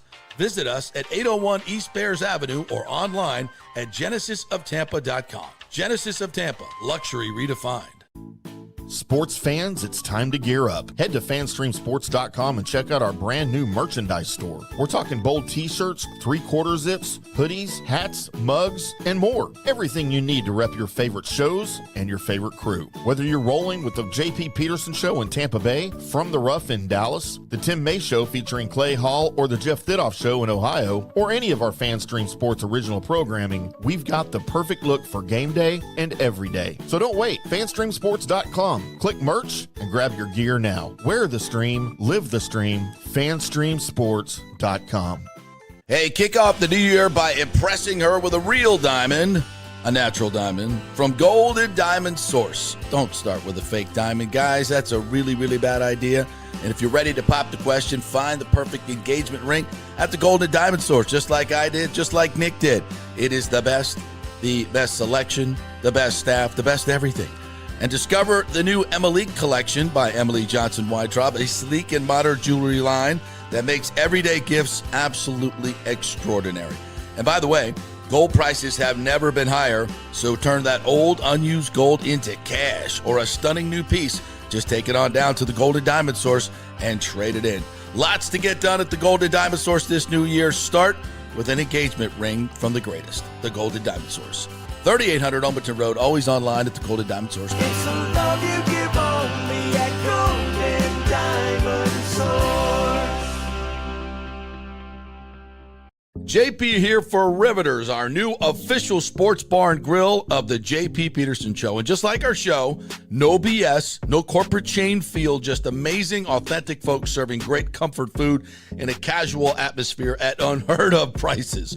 Riveters is located just south of Raymond James and Steinbrenner Field on Dale Mabry, walking distance to the park, so free parking, great place for pregame and postgame. Let's talk about fresh food. Nothing is frozen. Burgers, wings, prime rib, roasted fresh daily, never frozen. That makes a huge difference. The mahi, the salmon, also super fresh. All our sauces are original recipes made in-house. Our Warhawk chili and fully loaded potato soup is made fresh in-house. It's the best food anywhere, served by people who actually care. Riveters on Dale Mabry, just north of 275, just south of where the Bucs and Rays play. We'll see you there. Hey folks, Rays baseball and the summer heat will be here before you know it. So don't let your AC unit strike out and cost you hundreds or thousands for an emergency repair. Get a 1-year maintenance plan from Third Generation Plumbing and AC for just $169. Though will come out twice a year and service your unit. Clean the drain line, make sure it's running to peak efficiency. If you need an emergency repair, it's going to cost you hundreds, if not thousands more. It's a no-brainer, guys. Just call the great friendly folks at Third Generation. They work with American Standard Heating and Cooling to ensure you have the most efficient and durable units. Their split systems offer the highest efficiency available while reducing energy bills and maximizing comfort. So choose my guys, John Rodriguez and PJ at Third Generation, along with American Standard Heating and Cooling. Don't wait for the emergency that'll cost you thousands. Call Third Generation Plumbing and American Standard. 813-961-8024. That's 813-961-8024 or thirdgenerationplumbing.com. Let's go. Right now, back to the show on FanStream Sports. All right, welcome back to the JP Peterson Show here as we roll on this Thursday. Lightning back in action tomorrow at St. Louis, going for 12 in a row. 12 in a row. How about that? Hey, by the way, if you are an AC tech or a plumbing tech, you have a job waiting for you at thirdgenerationplumbing.com. If you're good and honest, and you will work hard. Thanks for clarifying. Yes. If you're a knucklehead, get out of here. But if you're thirdgenerationplumbing.com, if you want to work for a great locally owned company, family owned company, with John Rodriguez and PJ over there, go to thirdgenerationplumbing.com. Great pay. They give you all the holidays off. They have benefit packages as well. Great place to work. thirdgenerationplumbing.com. They're also having a maintenance special. $169 gets you 2 visits where they come make sure everything's working, your unit is in good working condition, and they'll drain the line and make all that happen for you. If you have to call for an emergency drain line, any of that, that's going to cost you $200, $300, $400, $500, right? So do it now. Get the special. Have them come out, schedule it up, and they'll make sure that your unit is in top shape as it a hot summer gets headed this way. All right, we got Jim Williams coming up here in just a little bit. Want to get to a couple more comments here. There was something you wanted to bring to the table, Timmy, right? You have a little nostalgia for us? Yeah, just a little bit of nostalgia if you want it. If you want it now, we can do it now. Let's do it now. Let's get me back on. Here we go. So, JP, you and I don't know when it was, a few days ago, a few shows ago, we were talking about Ricardo Montalban and the fine couldn't leather. Yes. I went back, and that was a series of commercials that he did for Chrysler back in the late 70s or on through the mid, I think even into the late 80s for the Chrysler Cordoba. I went and found the very first Chrysler Cordoba Ricardo Montalban commercial when he mentioned that. And I thought it would be funny and nostalgic to watch. It is the 1975 Chrysler Cordoba, in which he describes the car as the new smaller Chrysler. Because, they were going with the gas crisis and trying to go smaller, more fuel-efficient cars, Ralph Nader and all that crap in the 70s. So this is what Chrysler rolled out with Ricardo Montalban. Oh, yes. Pride, very cornerstone of a new automobile. Cordoba. Look at that beauty. The new small Chrysler. Here is the warmth of thickly cushioned contour seats, available even in fine Corinthian leather. So very luxurious, yet surprisingly affordable. Cordoba is engineered with great pride, being Chrysler. Yeah. Well, remember, Chrysler had their reputation for building cars was crap. In the 70s, it was horrible. Or the 80s, it was horrible. Lee Iacocca saved Chrysler in the 80s. Right. So that was a big selling point that they, finally built. That's great stuff. A handsome lad, right? That was good car, stuff. Though, man. God, it was the small Chrysler. Yeah, there's a little opera window in it. By the way, I had one. Did you have a Cordoba? I had a Chrysler Cordoba. Yeah, for about 6 months. And wow. Yeah, we loaded it up. It was like my sophomore year. I'm heading up to Florida State, and it was my friend of my mom's had this car for a long time. He, one of those guys meticulously took care of it, And he's like, I'm selling my car, and I'll sell it to you for $600. And it was a really, it was probably worth double that. So he sold it to me, and I was like, wow, I got a Chrysler. It wasn't a kid, it wasn't a college kid car, but whatever. It was nice. It was an upgrade over the shit box I had. So me and my roommate Ralph Counts, man, we loaded that thing down, and the back was I think it might have been bouncing on the tire a little bit. So we got about halfway up the turnpike, and we had a blowout at 80 miles an hour. God.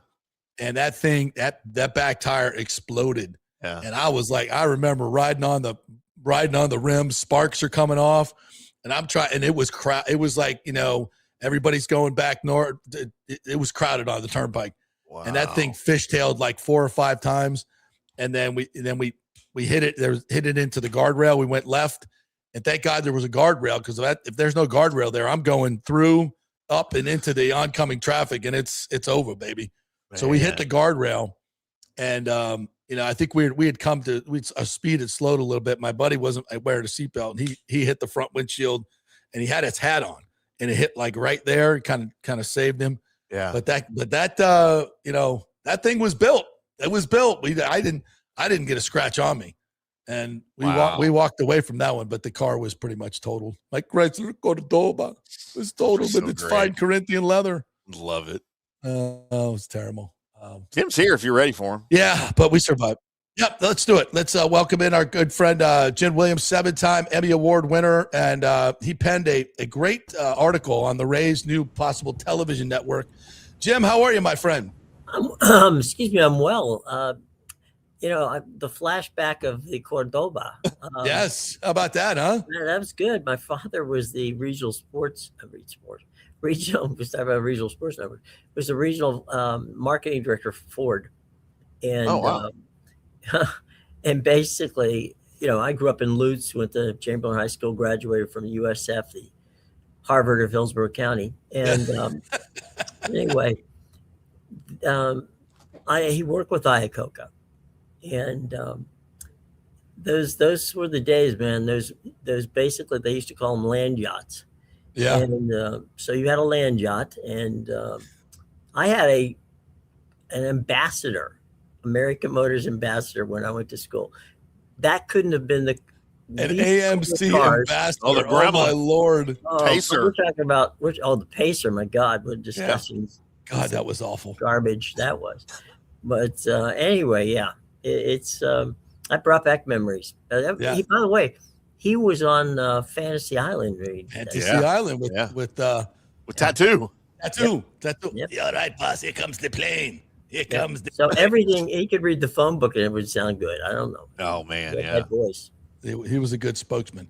Well, Jim, so Yes, you sent me your article kind of outlining, and for those of you who don't know, Jim is a 7-time Emmy Award winning producer, director, TV executive, a contributor to Forbes and Newsweek, CEO of LJC Media. You've been around for a long time. You built these regional sports networks that basically came apart in the last 10 years with cable cutting and everything else. So it's a brave new world out there. It is.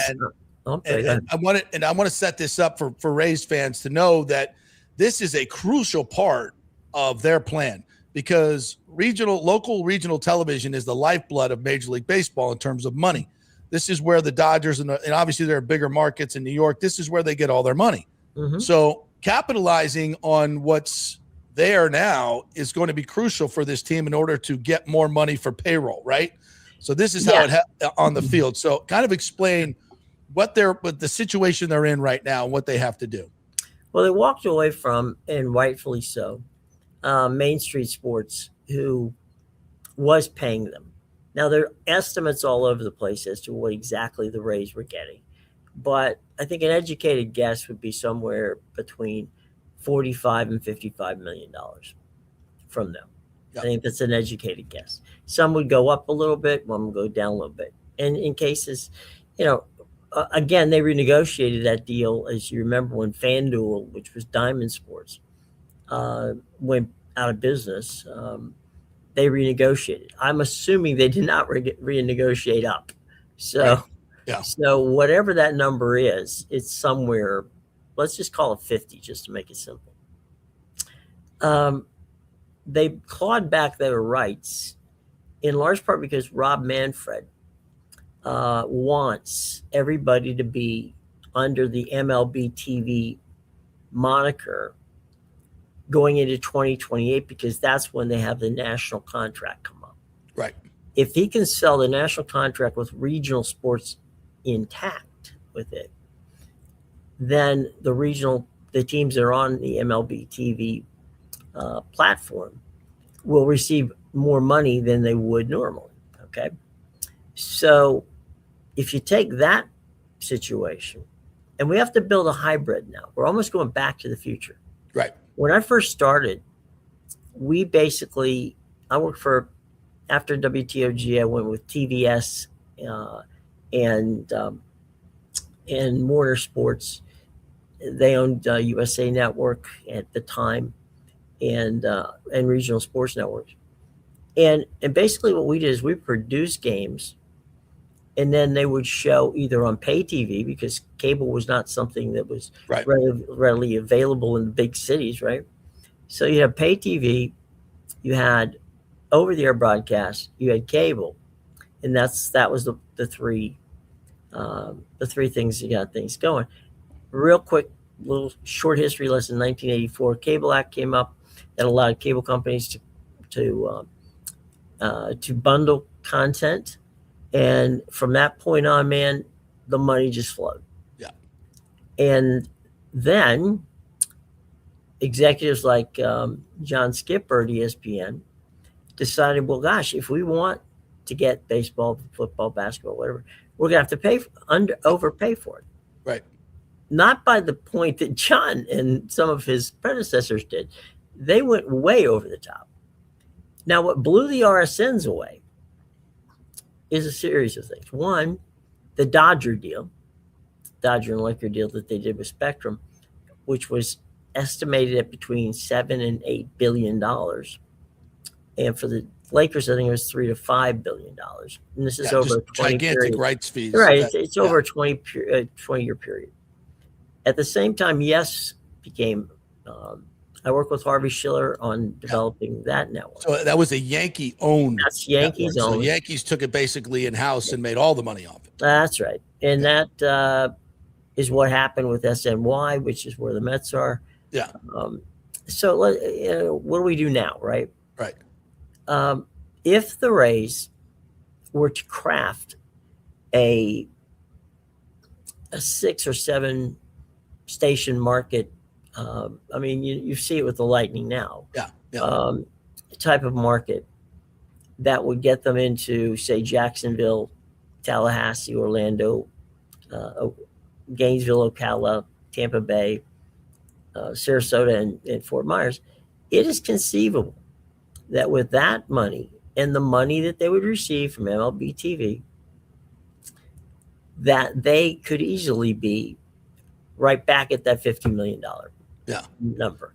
They might that's adding like Orlando as a local television station, Orlando, which the Lightning have in Fox 35. That's where their games are. Right. And they have the rights to the Orlando market, the Jacksonville market, the Tallahassee market, the Pensacola market, all those other markets other than. Well, I mean, you're right. The Lightning does have the rights in Pensacola. The Rays couldn't, because that's claimed by it's a double claim actually by the Braves and by the Houston Astros. Oh, okay, all right. So they have all these other markets that they can that are theirs to put a local TV station. And much like WTOG this past year, Channel 44 ran 15 games, and they had tremendous success in sales. I was told they were selling 30-second spots for $1,500, which in this market is really good. It is. And if they can, do you sense that they'll maybe want to double down with TOG, or you've got Channel 8 as a player now that they've acquired, Nexstar has acquired Tenga, so they have Channel 8 and Channel 10. If that merger goes through, I don't know if it's gone through yet, but if that goes through, it hasn't, but that's okay. So they still work together. Yeah, and then there's Scripps Sports, which is doing the Lightning games. Where do you see the Rays strategy working out here? I think that the Rays strategy would have to be, they couldn't be with the Lightning because there's too many overlaps. Right? Right. So that one is kind of out the window. Take Scripps Sports out. Yeah, I'm assuming for the moment, let's move them to the side. I wouldn't count them out, but I'd say let's just move them to the side for the moment. The TOG thing, I'm biased there, but I think that would be the best place to go. And they're owned by CBS, right? Yeah, they're owned by CBS. Yeah. The other option you talked about, Nexstar, Nexstar is also very engaged in local sports. So that's an option as well. How do they make the money, right? You just mentioned the amount of money they were getting on ad space. Local sales, yeah. Yeah. Here's how they make the other money. Every cable company in the state of Florida has a carriage deal with the local TV station. Right. Yeah. What they call must carry. The local TV stations are must carry on all cable. Yeah. And they also must be paid. Okay. Mm-hmm. So let's say, and this is about the amount of money that they receive, they meaning your local TV station. Let's use TOG from a point of reference. They receive about $1 to $2 per subscriber. Cable subscriber, right? Yeah, cable per subscriber. Month. And also from YouTube TV and Fubo and Hulu, TV Live, all right? So it is conceivable that they could negotiate up $1, $2 that would go to the Rays. So you now have an advertising stream. You have a stream that comes from your local and regional partners. And then you've got the MLB component to it. Okay. Yeah. The key here to me is, and I've worked with companies where we basically told professional sports teams, do not sell your TV rights. Right. Do not sell your radio rights. Let us, let's sell everything. Yeah. And have a 365-day a year relationship instead of for just the games. Yeah, than a seasonal deal, right? Right. So, with those three elements, you could get back to that 50 million number. Now, I'm not saying it's going to happen tomorrow if they opened it up, but consider this: if you do, let's say in Jacksonville. Right, you got the ownership group in Jacksonville. I'm pretty sure they could find a way to get on in Jacksonville. Yeah, they have some contacts. They got a little pull there. If they took WJXT, which is Channel 4 in Jacksonville, that goes all the way up to Brunswick, Georgia, on must carry. So you're talking, you're easily talking between 4 to 4.5 million subscribers if you put those cities together. So, let's just say $2 a month out of that. Yeah. You're talking $8 million a month.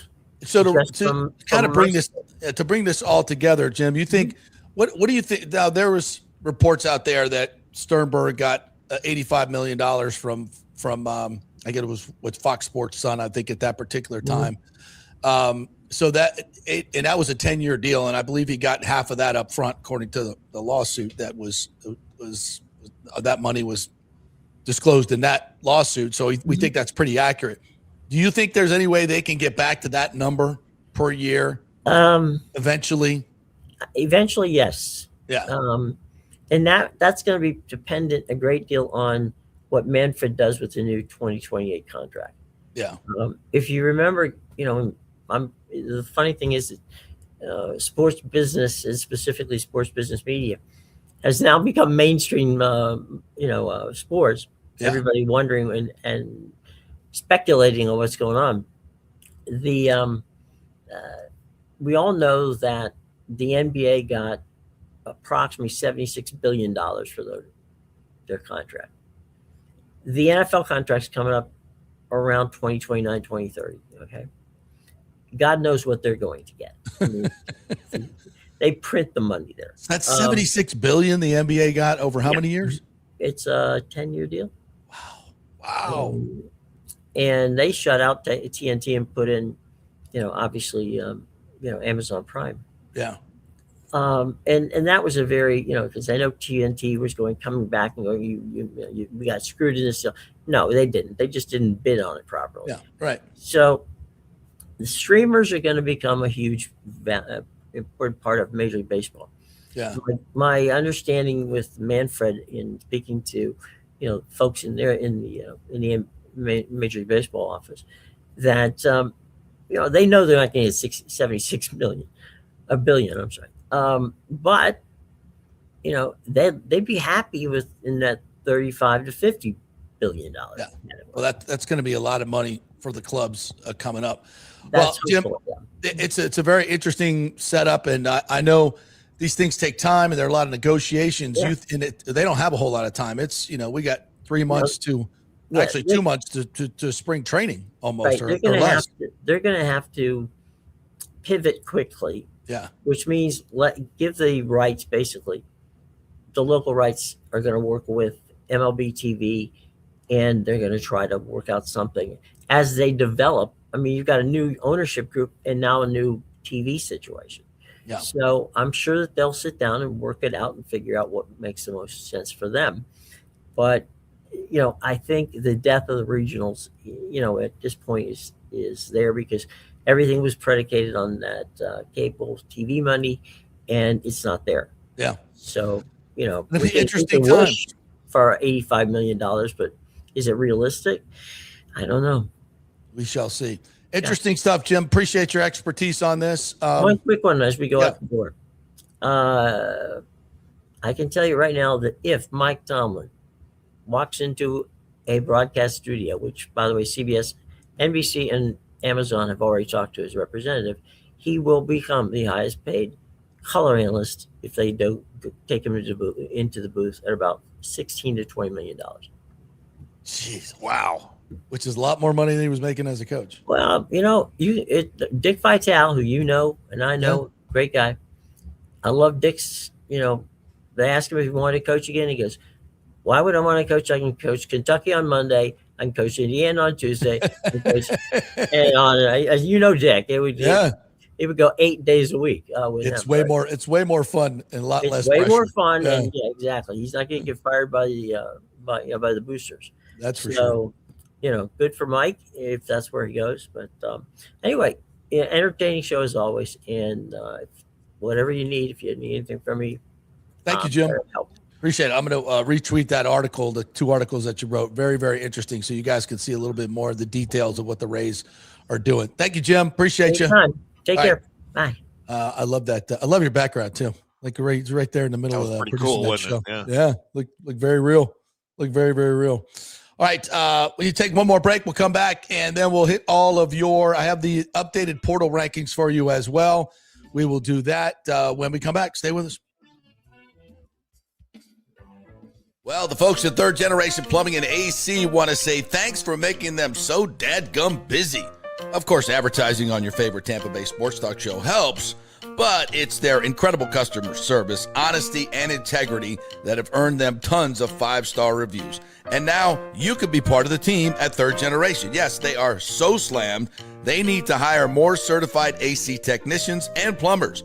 It's a great family business to work for. My buddy John Rodriguez runs an old school family business since 1995. They pay well, give you all the holidays off, and they offer great benefits. No cold corporate atmosphere here. You're part of the family.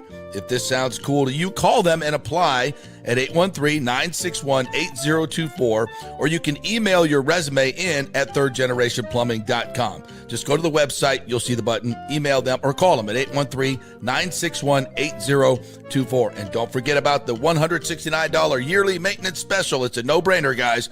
thirdgenerationplumbing.com, and they also do AC. Ciao, Paolo Tini here, owner of Caffè Paradiso, voted number 3 People's Choice Award on Open Table. I want to thank all our loyal family of customers that have been enjoying our great traditional Italian dishes we make from scratch every day. It's a great family story we're proud of. Our family moved from Rimini, Italy in 1984. My dad, Caesar, started Donatello, and that's where I got the start in the restaurant business. I started Caffè Paradiso on South McDill in 1995, and we've been there ever since. From our traditional ossobuco, a veal slow roast for 4 hours, to our daily fresh catch, the Gruppo Paradiso, with a piccata sauce and lobster claw meat, homemade pasta like lasagna, farfalle salchicha, which is a bow tie pasta homemade with fresh sausage. Hold on a minute, JP's favorite. I love it. So come and have a glass of wine with me on South McDill. Get a reservation on Open Table and see see all our 5-star reviews. Ciao, see you soon at Paradiso. Welcome to Kingmakers, home of the JP Peterson Show studio and Tampa's premier business networking and social club for members only. By day, it's an exclusive, vibrant co-working space with a stylish conference room,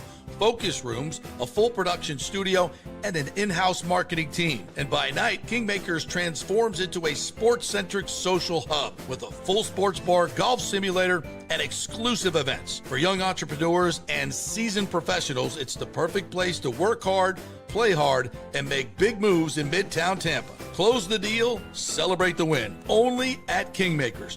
Become a member today at kingmakerstampa.com. Your business, your club. Hey, JP here for my concierge medical professional, Chris Lugo, PA. You've heard him on the show for a couple of years where he shares invaluable medical, nutritional, and supplement advice. With Chris, it's like having a medical provider as your best friend. What I love about this concierge service is the convenience and support he offers. I can text or call him 24/7 with any questions or concerns, and he'll promptly call in a prescription if needed. No office visits or copays required. It gives me peace of mind knowing I have someone genuinely invested in my health, not just focused on insurance profits. And the best part, the Bay Area Modern Medical Center's personal concierge service is more affordable than you might think. Don't let insurance companies dictate your health care. Take control of your health and wellness today. Visit BAMMC.com for more information and to schedule your initial free consultation. Empower yourself and take charge of your personal health with BAMMC.com. Let's go. Right now, back to the show on FanStream Sports. All right, welcome back to the JP Peterson Show. Here as we roll on this Thursday. Thank you guys so much for being with us. We are brought to you by the great folks at Riveters, where we had lunch yesterday. Saw Andres, the managing general partner over there. By the way, they have that great Mexican takeout place across the street called Bowden.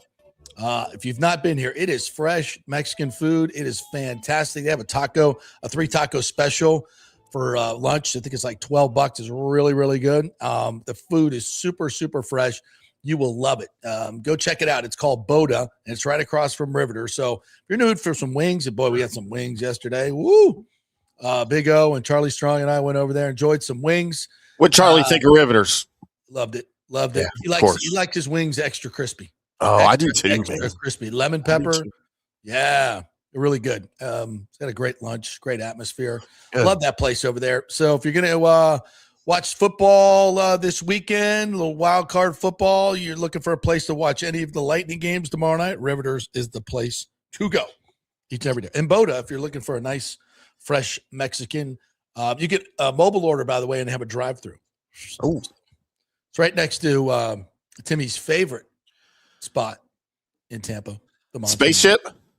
No, it's across the street where the Mons is. It's right next to the Mons. Used to be a Taco Bell, but now they're serving good Mexican food. And I had Taco Bell the other night. Ashley's a huge Taco Bell. She loves like Taco Bell. I worked at Taco. It was one of my first jobs. It was actually my second job. I was working at a grocery store as a courtesy clerk, which meant I sacked groceries and took them out to the car for you. And then all my friends, they opened a Taco Bell down the street, first one in the town that I worked at or that I lived in. And so all my friends started working there. So I quit my grocery store job and went and worked with them at Taco Bell. It's a good place to work. We wore polyester uniforms back then, 100% polyester, man. Head to toe, the hat, polyester, the shirt, we had to wear everything underneath it because it's so bad. It was like burlap. That has to be toxic. But I'm okay with Taco Bell food. Really? I don't mind it. I mean, I'm not going to pick it to go for a fine dinner or anything, but if I'm in a rush and I'm passing a Taco Bell on the road, I need something quick, I'll go get me a burrito supreme. And I think it's hit and miss. Some days it's pretty good, but most days it's and it does not sit well. She loves it though, and she loves like the super nuclear hot sauce. I can't do it. Woo. Yeah, their sauce isn't that hot. Like my kid, like even Eli, my 17-year-old. No, their hot is not like I eat their hot sauce. It's not that hot, but the other stuff is not good. All right, so guess who has the number one portal class? Not Florida State. Indiana. Of course. Indiana. starting to This really is not a hate one-shot Indiana. deal, folks. They ain't going away. Unless Kurt goes away. Yeah, well, true. I don't think he's going anywhere. I don't either. I could be wrong, but I don't think he's going anywhere.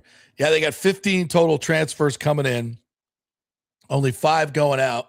So they got the number 1 ranking. And number 2, your boys, the Texas Tech Raiders. Oh, yeah. So they got 18 coming in, 21 they got the number going 1 out. quarterback in the portal too. Yeah. Brendan Sorsby out of Cincinnati. Is he better than Sam Levitt? Oh, is he better than Ashton Daniels? Yeah. Going to FSU, baby? Yes, he is. Well, the thing about Ashton Daniels, he played pretty well the last couple games against Alabama. He played pretty well. Put some numbers up.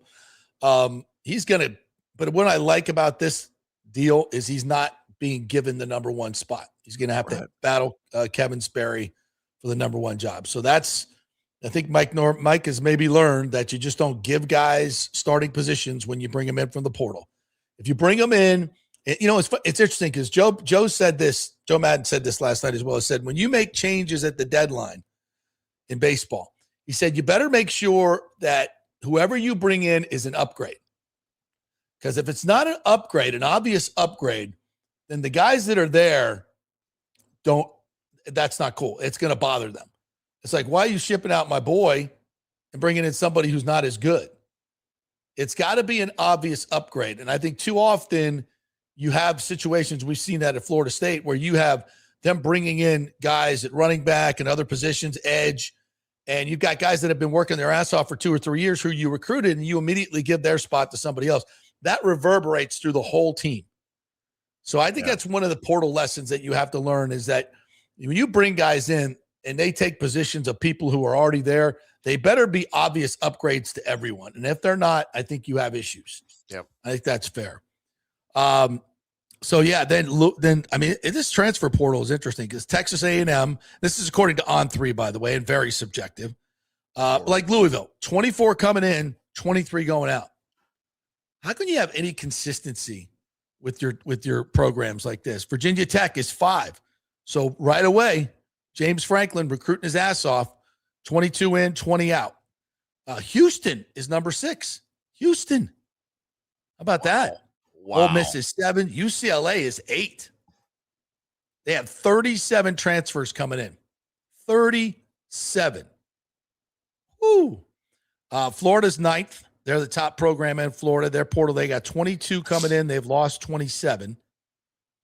Another, huge turnover. Colorado is 10th, 27 in, 34 out. 34 players leaving Deion's program. That's almost as much as Florida State. Arkansas is 11th. Virginia is 12th. Arkansas is an interesting situation. Arkansas's got money. They got facilities. They've got the SEC. Can't get it right. Jerry Jones money. Yeah, Jerry Jones money. Just like the Cowboys, they can't get it right. They got Walmart money. Yeah, the Walmart money, yeah. Yeah, NIL is important. You got to have money, but you got to have coach too. Tennessee's 14, Mississippi State 13. Now, I had seen USF in the top 30 at some polls. I don't see him anywhere here in the On3. And I'm yeah. Interesting. Yeah, Cal's at I don't see him. I'm to 30, 35. Miami's 37. Still haven't got to Florida State, by the way. And this takes in. I think that maybe it's because the On3 looks at the players that are coming in and the players that are leaving. So if you got like USF has a lot of good players coming in, but they lost a lot of good players. So that's how On3 looks at it. It's not just I think some places just look at like what you got coming in, but they don't look at what you lost. So when you lose a Byron Brown and a Singleton and some of these other guys, I think it kind of washes out. So Florida State, 58. Ooh. 13 coming in, 37 going out. The Desir twins yesterday entered the portal. Yeah. 58th. That's not good. Index score, a -12. So your 5-7 team got worse. So you got that to look forward to. Which is nice. Which is nice. So those are your updated portal rankings, if you're interested. Yeah. And I did mention the Gators at number 9. Yeah, Florida State is in an absolute free fall. An absolute free fall. It's a shock. And our boy Dante Moore, Oregon quarterback, who was mentioned by some to be a possible number 1 overall draft pick, is going back to Oregon. So I know you don't think he would be the number 1 pick, but you don't know that. No, and you know what? He's the number 1 pick. Like Shedeur Sanders was supposed to be the number 1 pick last year. There's no way Dante Moore is NFL ready. Like, I don't see where any of that is coming from. Well, that's why he's going back to school. Right. People are saying, oh, well, he can make more money in college. No, he can't. The number 1 overall pick last year got $48 million guaranteed. And it goes up by about $5 million every year. So you're going to get money. $52 million guaranteed over 4 years, plus a 5th-year option. And your bonus is $35 million. So those of you who are on Twitter say, "Oh, we can make more money in college." No, you can't. No, not as a first-round pick. Now, second and third rounders, yes, will make more money in college immediately. Not a first rounder. So, and I don't know where he would have gone. I mean, with quarterbacks, to your point, they could start as like, "Oh, he might be the number 1 pick and end up in the 7th round." Right? Yeah. And there's a lot of people say, "Oh, he could be the number 1." You never know. You got to go through the whole process, and the process changes things dramatically, as we've seen. We've seen guys that were like predicted maybe 4th or 5th round suddenly jump up to be the first overall pick. It's happened before. Cam Newton, it's happened to a lot. So you never know. No. But the fact that he's going back, and I think part of it is he's 20 years old and he's had 20 starts. And everybody, if you're a college quarterback, I would implore you to do what Dante Moore is doing. Get to 30, 40 starts in college. Because you cannot develop at the professional level. I think this idea that you could draft an Anthony Richardson with 15 starts and him become a great player, I just think it's silly. Now, we might find some along that are so talented that it just doesn't matter. But I think for the most part, it matters, and it matters a lot. So go back, get some seasoning, make lots of money, enjoy your college time at Oregon. There's no rush.